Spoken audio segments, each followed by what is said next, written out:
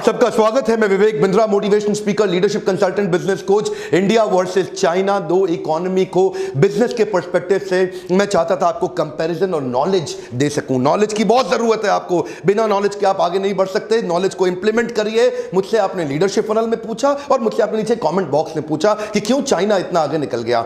आज China has become global factory of the world. दुनिया भर की सारी फैक्ट्रीज, सारे दुनिया भर के जितने भी बड़े बड़े देश है ना, वो चाइना को प्रेफर कर रहे हैं। आज भी कहने के लिए लोग हमारे यहां भी आ रहे हैं, लेकिन China is the first preference. क्यों इतनी कॉम्पिटेंसी बढ़ गई? 1990 में उनका मैन्युफैक्चरिंग का ग्लोबल आउटपुट बाय वैल्यू 3% था। एक बार और चाइना की बात कर रहा हूं। 1990 तक ये केवल 3% global output by value create कर रहे थे, दुनिया भर में जितना मैन्युफैक्चरिंग आउटपुट है। लेकिन वो 3% से बढ़ के 25% हो गया है। आज एक देश 200 से ज्यादा देशों में 25% अकेला पूरा ग्लोबल वैल्यू आउटपुट, ये कैसे हो रहा है? आज 80% एयर कंडीशनर वर्ल्ड के चाइना बना रहा है। 70% दुनिया भर के मोबाइल चाइना में ही बन रहे हैं। 60% दुनिया के जूते चाइना बना रहा है। 74% सोलर सेल भी चाइना बना रहा है। 60% दुनिया का सीमेंट चाइना प्रोड्यूस कर रहा है। 50% कोल प्रोडक्शन दुनिया का चाइना कर रहा है। 45% शिप बिल्डिंग चाइना बना रहा है। इस पृथ्वी का लगभग 50% स्टील चाइना प्रोड्यूस कर रहा है। 1.7 बिलियन मेट्रिक टन। 50% सेब पूरी दुनिया में जो आ रहे हैं वो चाइना से आ रहे हैं। आपको पता है नंबर 2 पे कौन सा देश है? यूएस, जो केवल 6% एप्पल प्रोड्यूस करता है। नंबर 1 पे चाइना, और नंबर 1 और नंबर 2 का डिफरेंस आपको दिख ही रहा है। 2017 में $23 ट्रिलियन की इकोनॉमी के साथ दुनिया की सबसे बड़ी इकोनॉमी बन चुका है। आज यूएस के बाद सबसे पावरफुल इस समय दुनिया में चाइना है। $2.2 ट्रिलियन के एक्सपोर्ट के साथ पूरी दुनिया में अनडिस्प्यूटेड नंबर 1 लीडर है आज एक्सपोर्ट्स के मामले में। अमेरिका अपने देश का झंडा खुद नहीं बनाता, उनके 90% झंडे चाइना में बन रहे हैं। लोग सोचते हैं चाइना केवल सस्ता आइटम बनाता है। ध्यान दीजिए, 60% most branded luxury good items आज चाइना में ही बन रहे हैं। ये वही चाइना है जो 1978 तक एशिया और अफ्रीका के पिछड़े देशों से भी ज्यादा पिछड़ा हुआ था। हर साल 10% जीडीपी ग्रोथ ले रहा है। 2014 तक देखा, रिजल्ट क्या हुआ? Per capita individual GDP 49 times बढ़ गया। 1978 तक उनकी पर कैपिटा जीडीपी थी $155, और 1978 से 2014 आज वही बढ़ के 7,590 हो गई। रिजल्ट क्या हुआ? 800 मिलियन लोग चाइना के आज गरीबी दर की रेखा से इन्होंने देखते ही उठा दिए। 800 मिलियन मतलब 80 करोड़ जनता इन्होंने चाइना की उठाई है पिछले 25 सालों के अंदर। क्विकली देखते हैं 10 point of difference between India and China. इनमें इतना बड़ा फर्क आया क्यों? पहला पॉइंट है mass production and dumping. China करता क्या है? वो इतना मैसिव प्रोडक्शन करता है, इतना मैसिव, इतना स्केल अप कर देता है अपने प्रोडक्शन को कि जिस कंट्री में जाके एक्सपोर्ट करेगा उसके प्राइसेस से बहुत नीचे पहले उनका प्राइस चेक करता है। देखो भारत में माल भेजना है, यहां कितने का बिकता है। अब उसके बाद इतना स्केल अप करा देगा कि अपने कॉस्ट ऑफ प्रोडक्शन नीचे लाएगा, और उसके बाद पूरी मार्केट में आके ठोक के बर्बाद तहस नहस करके मसल देता है वो भारत की मार्केट को। और उसका कंपैरिजन इंडिया से करते हैं। 91 से पहले तक जो भारत था ना, आप जानते हैं 91 से पहले तक का भारत, वहां पे ज्यादा जो पॉलिसीज थी वो एंटी लार्ज इंडस्ट्री पॉलिसीज हुआ करती थी। छोटे छोटे स्मॉल स्केल पे ज्यादा फोकस करते थे, लेकिन वो स्मॉल स्केल को स्मॉल स्केल तक ही रहने दिया गया। देखिए, इनिशिएटिव ठीक था, लेकिन उसको बड़ा करना नहीं सिखाया गया। ये इकोसिस्टम नहीं बना। अब क्योंकि एक व्यापारी जो बड़ा प्रोडक्शन नहीं कर पाता, जो स्केल अप करना नहीं जानता, उसकी कॉस्ट ऑफ प्रोडक्शन घटती नहीं। उसको लगता है मैन पावर बढ़ाओ तो कॉस्ट बढ़ जाएगी। लेकिन अगर बिजनेस करना आए, मैन पावर बढ़ाने से कॉस्ट बढ़ती नहीं है, घटती है। आप आइएगा लीडरशिप फनल में, जो लोग आते हैं मैं उनको एक्सप्लेन करता हूं, आपको भी करूंगा। इंडिया में बड़ा करना नहीं आ रहा है, जिसके कारण हम चाइना को कंपीट नहीं कर पा रहे, क्योंकि चाइना में डंपिंग करता है इसलिए क्योंकि इसकी हर चीज बहुत बड़ी है। और दूसरा पॉइंट है competitive pricing with reverse manufacturing. China के लोग बड़े एक्सपर्ट हैं रिवर्स मैन्युफैक्चरिंग में। क्या होता है रिवर्स मैन्युफैक्चरिंग? आप जानना चाहेंगे? चाइना क्या करेगा? बोलता है कि तुम अमेरिकन, तुम लोग सारा इनोवेशन करो, तुम सारी नई टेक्नोलॉजी लेके आओ, तुम सारा R&D करो, हम कुछ नहीं करेंगे। हम तुम बना करके लेके आओ, उसको खोलेंगे, उसको खोल के चेक कर लेंगे इसमें क्या क्या डाला, और अपना बना डालेंगे। उसके बाद वो किसी IPR की चिंता नहीं, कुछ नहीं, उसी के समान, उसी की सारी टेक्नोलॉजी आइडिया का इस्तेमाल करके फिर खुद बना लेंगे। इनोवेशन का कॉस्ट बच गया, R&D का कॉस्ट बच गया, IPR का झंझट नहीं, एकदम बहुत बड़ा कर दिया। और इंडिया में अभी ग्लोबल एक्सपोजर की कमी है हमारे व्यापारियों को। वो ग्लोबल एक्सपोजर वो क्या है, अपने छोटे से गली मोहल्ले में काम करना, अपनी छोटी सी फैक्ट्री लगा लो, अरे थोड़ा बिक जाए, थोड़ा पैसा आ जाए, डिस्काउंट देके काम चला लो, इतना दिमाग कौन लगाए। वो ग्लोबल एक्सपोजर नहीं। चाइनीज ऐसा नहीं करते, वो दुनिया भर के बेस्ट को उठाएंगे और उसको खोल के चेक करेंगे, इसने क्या डाला क्या डाला क्या डाला, अरे ये तो हम भी बना देंगे। तीसरा पॉइंट बहुत शानदार है, ध्यान से समझिएगा, कॉस्ट इफेक्टिव लेबर। क्या मतलब हुआ इसका? कई लोग सोचते हैं चाइना की लेबर सस्ती क्योंकि उनकी पॉपुलेशन ज्यादा है। ए कम ऑन, ध्यान दीजिए, चाइना की लेबर सस्ती नहीं है, चाइना की लेबर प्रोडक्टिव है। वन मोर टाइम, क्या बोला मैंने, इसको ध्यान से देना, बहुत बढ़िया बात बोल देता हूं। चाइना की लेबर सस्ती नहीं है, प्रोडक्टिव है। क्यों? वहां पे स्किल डेवलपमेंट एक्चुअली एनेबल किया गया है। वहां पे सरकार और इंडस्ट्री और लोकल्स मिलकर के पार्टनरशिप के अंदर स्किल डेवलपमेंट को वास्तव में एक असली रूप दे पाए, जिसके कारण इतना स्किल्ड उसकी तनख्वाह चाहे थोड़ी सी ज्यादा हो, लेकिन उसका आउटपुट इंडियन लेबर के मुकाबले कई गुना ज्यादा है। इंडिया की लेबर जो 1 घंटे में 10 मोबाइल बनाएगी, उनकी लेबर 1 घंटे में 50 मोबाइल बना देगी। आउटपुट, प्रोडक्टिविटी, तनख्वाह की बात नहीं कर रहे, आप लोग स्किल डेवलपमेंट नहीं कर रहे। और देखिए वहां मैनेजमेंट लेवल की एजुकेशन, मैनेजमेंट लेवल की ट्रेनिंग बहुत ज्यादा, ट्रेनिंग के सारे टूल्स का इस्तेमाल कर रहे हैं, इसलिए लोग प्रोडक्टिव हैं, सस्ते नहीं है, प्रोडक्टिव हैं, ज्यादा प्रोड्यूस कर देते हैं। इंडिया में मैं बधाई देता हूं हमारी सरकार को जो स्किल बिल्डिंग पे काम कर रही है, लेकिन नीचे अभी इसमें बहुत काम करना बाकी है। अगर स्किल बिल्डिंग हुआ तभी एम्प्लॉयबिलिटी आएगी, तभी देश में परिवर्तन आएगा। अब क्योंकि स्किल बिल्डिंग इंडिया में पूरी तरह से अभी तक इफेक्टिव हुआ नहीं, तो अच्छी लेबर थोड़ी बहुत है, और थोड़ी बहुत है तो वो मिलती नहीं है, वो दिखती नहीं है, अपने तिहारों पे चले जाते हैं, अपने खेत वेत संभालने में निकल जाते हैं। तो होता क्या है, अच्छी लेबर ना होने के कारण हमारे देश में वो प्रोडक्टिविटी के कारण हम चाइना के प्राइसेस को कंपीट नहीं कर पा रहे। ये माल सस्ता बेच जाते हैं क्योंकि उनकी कॉस्ट ऑफ प्रोडक्शन कम आती है। और अगला मेरा पॉइंट है एक्सपीरियंस एंड एक्सपर्टीज। हाँ, क्या मतलब हुआ उसका? चाइना क्या हो गया, अभी एक ग्लोबल पॉपुलर डेस्टिनेशन बन गया मैन्युफैक्चरिंग का। अभी किसी को कुछ भी बनवाना हो, वो दुनिया भर से पहले चाइना आ जाएगा, आकर के देखेगा भाई कौन बनाएगा, हर आदमी खड़ा हो जाता है, बोले तो मैं बना दूंगा, अरे मैं बना दूंगा। क्या मतलब, सब बना दोगे? ये कभी पहले बनाया, अरे पकड़ा अभी बनाता हूं। ये क्यों हो रहा है चाइना में?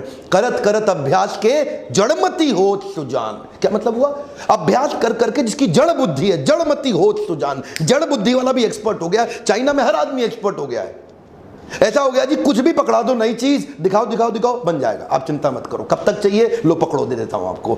इंडिया में अभी ऑटोमेटेड इक्विपमेंट और कैपेसिटी यूटिलाइजेशन नहीं है, वो सप्लाई चेन, वो क्वालिटी कंट्रोल नहीं है, उसकी एक्सपर्टीज, उसका एक्सपीरियंस लोगों के पास नहीं है। इंडिया में अभी नया मैन्युफैक्चरिंग सेटअप्स बनने शुरू हुए हैं, यहाँ पे अभी नया इकोसिस्टम बनना चालू हुआ है। तो कोई नई चीज लाओ तो आदमी देख के घबरा जाता है, और बनने वाली चीज में भी उतनी स्ट्रेंथ आज इंडिया में स्केल अप करने की और वो अंडरस्टैंडिंग और एक्सपीरियंस है नहीं। उधर ये चीज घर घर में घुस चुकी है, एक्चुअली क्या है ना, खून में घुस गया उनके, कुछ भी पकड़ा दो कुछ भी बना देंगे जी। एक्सपीरियंस और एक्सपर्टीज खून में घुस गया है। अगला मेरा पॉइंट है स्टेबिलिटी।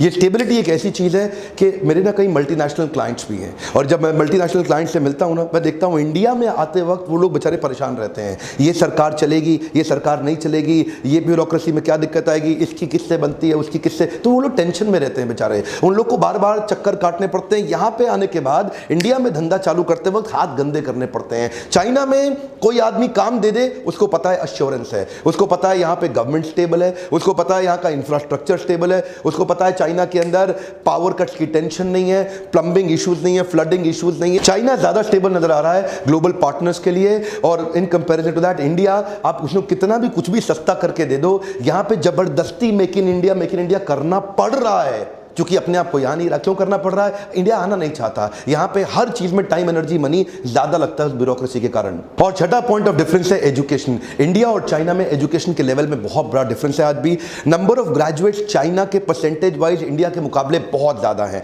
चाइना में वो क्या करते हैं, उन लोगों को अपडेटेड टेक्नोलॉजी चाहिए, बेस्ट मैनेजमेंट प्रैक्टिसेस चाहिए, ग्लोबल लर्निंग प्रैक्टिसेस चाहिए। चाइना की सरकार अपने स्टूडेंट्स को दुनिया की बेस्ट यूनिवर्सिटीज में भेजने के लिए एनकरेज कर रही है, और परिवार खुद भी भी एनकरेज कर रहे हैं, और जिससे वो लोग तो अपडेटेड हो गए, हम लोग आउटडेटेड रह गए। यही बहुत बड़ा डिफरेंस है। एजुकेशन का माइंडसेट आते ही अब बहुत सारी चीजें वैसी सुधर जाएंगी। आज हमारे यहाँ पे कई सारे सर्वे तो ऐसे होते हैं कि खाली नाम लिखने वाले को एजुकेटेड मान लेते हैं। मैं आपको बता रहा हूं, जब तक एजुकेशन पे कंसिस्टेंटली इंडिया में काम नहीं किया गया, इंडिया आगे बढ़ ही नहीं सकता। सातवां पॉइंट बहुत काम का, इंडस्ट्रियल नेटवर्क क्लस्टरिंग। इसका मतलब क्या है? चाइना आज उसने सप्लाई चेन सिटीज बना दिए कई। ध्यान दीजिए, कम ऑन, क्या होता है सप्लाई चेन सिटीज? वो एक प्रोडक्ट को बनाने के लिए जो जो कुछ रिक्वायर्ड है उसका पूरा एक क्लस्टरिंग क्रिएट कर देगा। इसका मतलब क्या है? सिंगल फोकस प्रोडक्ट की एक सिटी तैयार हो गई। अब वो एक मोबाइल बनाने के लिए आसपास सब कुछ जो जो कुछ चाहिए सब एक जगह पे आ गया। कुछ अमेरिकन उदाहरण लेते हैं, शुरू करते हैं डेट्रॉइट से, जिसको मोटर सिटी बोला जाता है। ये auto hub, auto parts manufacturing का है। न्यूयॉर्क को फाइनेंशियल सेंटर माना जाता है, वो फाइनेंस के लिए हब है। सिलिकॉन वैली को it is a nexus for technology, वो टेक्नोलॉजी हब है। इस प्रकार की क्लस्टरिंग बनाने के लिए गवर्नमेंट को कई इनिशिएटिव्स लेने पड़ते हैं। उनको ट्रेनिंग में हेल्प करना है, उनको फाइनेंसिंग में हेल्प करना है, उनको एनकरेज करना है, उनको कोशिश करना है कि उस प्रकार की जमीन, उस प्रकार का अरेंजमेंट, इंफ्रास्ट्रक्चर दिया जाए, एफडीआई लाने के लिए एनकरेज किया जाए। जैसे ही ये होगा, इससे क्या होता है? मिलियंस ऑफ जॉब क्रिएशन होने लग जाता है, और जब लाखों लाखों जॉब्स आती हैं, नेचुरली वो पूरा देश धनी हो जाता है उससे। ऑफ कोर्स इंडिया में भी ये शुरू हो रहा है, इंडस्ट्रियल नेटवर्क क्लस्टरिंग। एक एक स्टेट अपने आप को प्रमोट कर रहा है। हर एक राज्य आजकल अपनी एडवर्टाइजिंग, अपने आप देखते हैं ना, सीएम, चीफ मिनिस्टर एक एक राज्य की कोशिश करते हैं कि हमारे राज्य में आओ, हमारे यहां करके इन्वेस्ट करो। शुरुआत हो गई है। और आठवां पॉइंट है cost of power and also availability. Cost of power and availability का मतलब क्या है? एक तो चाइना में बिजली अवेलेबल भी है और सस्ती भी है, इंडिया में बिजली अवेलेबल भी नहीं है और महंगी भी है। एक कॉस्ट ऑफ पर किलोवाट चाइना के अंदर लगभग 3 रुपए आती है, वही इंडिया के अंदर एवरेज कॉस्ट आज 8-9 रुपए आती है। तो और दूसरा क्या, वहां 24/7 बिजली अवेलेबल है। इधर आप कहीं इंडस्ट्रियल एरियाज में आप जाते हैं, वहाँ 10-10, 12-12 घंटे तक बिजली है ही नहीं। उनको अपने पर्सनल जनसेट, अपनी पर्सनल कॉस्ट पे उसको मैनेज करना पड़ता है। अब जब अगर बिजली का सपोर्ट नहीं है देश में अभी भी कई जगह पे, तो फिर तो नुकसान होता ही है। 9th पॉइंट है वर्ल्ड क्लास इंफ्रास्ट्रक्चर। चाइना और इंडिया में आज भी बहुत फर्क है। चाइना में उनके हाईवेज, उनके रोड्स, उनके पोर्ट्स, उनके एयरपोर्ट्स, उनका जितना सप्लाई चेन, उनका इंफ्रास्ट्रक्चर इन टोटलिटी बहुत आगे है इंडिया के मुकाबले। चाइना एक्चुअली शुरुआत करता है जब भी किसी काम की 20, 25, 30 साल की तैयारी करके चलता है, जिसके कारण इनकी ट्रांसपोर्टेशन कॉस्ट इंडिया के मुकाबले बहुत घट गई है। इंडिया में उतना इंफ्रास्ट्रक्चर नहीं है, इसलिए ट्रांसपोर्टेशन कॉस्ट भी ज्यादा है, जो एक्चुअली कॉस्ट ऑफ मैन्युफैक्चरिंग में ऐड करनी पड़ जाती है। माल बेचते वक्त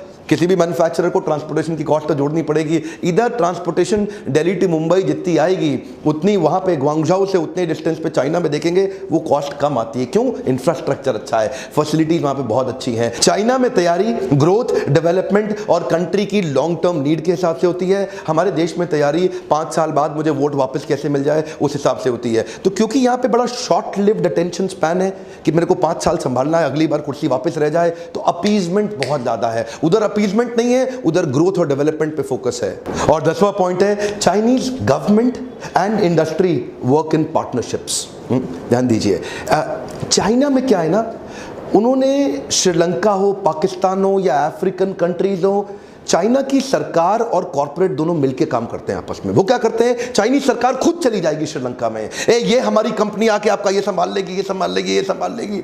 आपको पता है श्रीलंका में मैंने बहुत काम किया है, हमारे ऑफिस रहे श्रीलंका में, मैंने बहुत ट्रैवल किया है। श्रीलंका लगभग कुछ दिनों में आप देखेंगे पूरा चाइना कैप्चर करने वाला, पूरे श्रीलंका को निपट गया श्रीलंका हाथ से। हमने अपनी आंखों से देखा है, सब कुछ श्रीलंका के अंदर आज जो भी आ रहा है, जा रहा है, बन रहा है, खा रहा है, कमा रहा है, सब चाइना से ही आ रहा है। जितनी सड़कें, हाईवेज, पोर्ट्स, जो कुछ बन रहा है सब चाइनीज गवर्नमेंट ही वहां बना रही है। क्यों जानते हैं? चाइना अपनी कॉर्पोरेट को साथ लेके चलती है और अपने पॉलिटिकल इंटरनेशनल इंटरेस्ट को भी साथ लेती है, कंट्री को ही लपेट लेती है पूरे। एक कंपनी को घुसाया, उस कंट्री को उठा लिया। पाकिस्तान घुस गए, पूरा चाइना पाकिस्तान लपेटने लगा है, आपके सामने देख नहीं रहे क्या? अफ्रीकन कंट्रीज में घुस गए। इंडिया में ये सब नहीं हो सकता। इंडिया में अगर सरकार अपनी कंपनी को दुनिया में लेके जाने की कोशिश करे तो दूसरी पार्टी खड़ी हो जाए, पैसा खा रहा है, खाया पैसा, खाया। यहां पे यही चक्कर है। इधर क्या है, वोट बैंक है। इधर देश ऊपर नहीं है, इधर हमारा वोट ज्यादा ऊपर हो गया है, हमारी जातियां ज्यादा ऊपर हो गई, बट चुका है। इंडिया एक कंट्री नहीं है, ये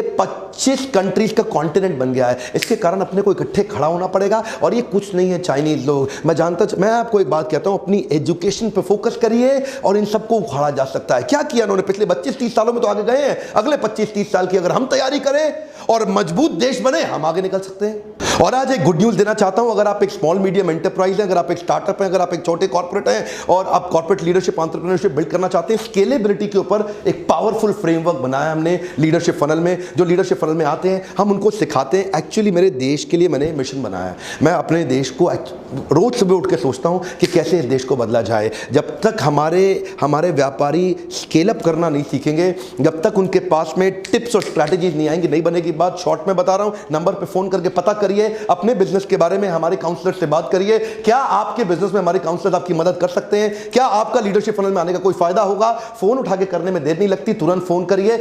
मैं इस समय पूरे देश भर में 2 प्रकार के प्रोग्राम करता हूं, एक होता है लीडरशिप फनल और दूसरा होता है बाउंस बैक सीरीज।